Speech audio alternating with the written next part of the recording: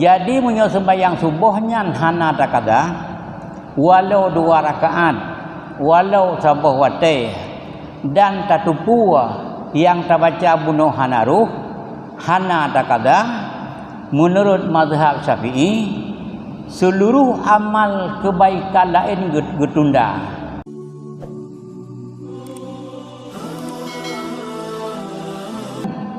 Jadi gede sembahyang subuh 2 rakaat kata sembahyang hana ruh terbaca Allahu Akbar, ruh terbaca ngengkap olehnya hana tamurno dari subuh kepada wate lehu baru tamurno umpamanya poh 12 bak sembahyang lehu karuh Allahu Akbar karuh.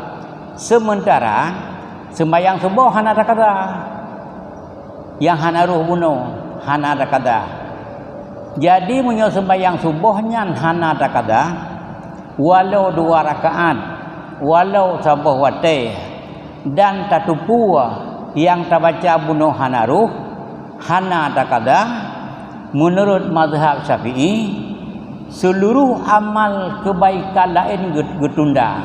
Kan getolah seluruh amal fala haji, fala puasa, fala zakat, fala umrah, fala jaurid getunda mandum.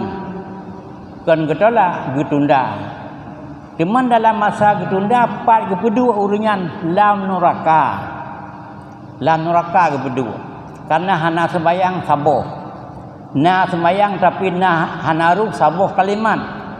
Ketupu hana ruhnya hana diperbaiki, hana gemurno, mbak murnona dumpuna sampai getunda. Jadi le habis masa tundaannya baru ge pertama surga. Nyan gekeun hasibu ya. Perle tak hitung, perle tak fikir. Cuman mbak uronyo kadang mbak uronyo dikatanya namu 60 atau 60 lebih. Bajan tak mulai semayang. Sendo ketinggai. Ya, tak ada hanya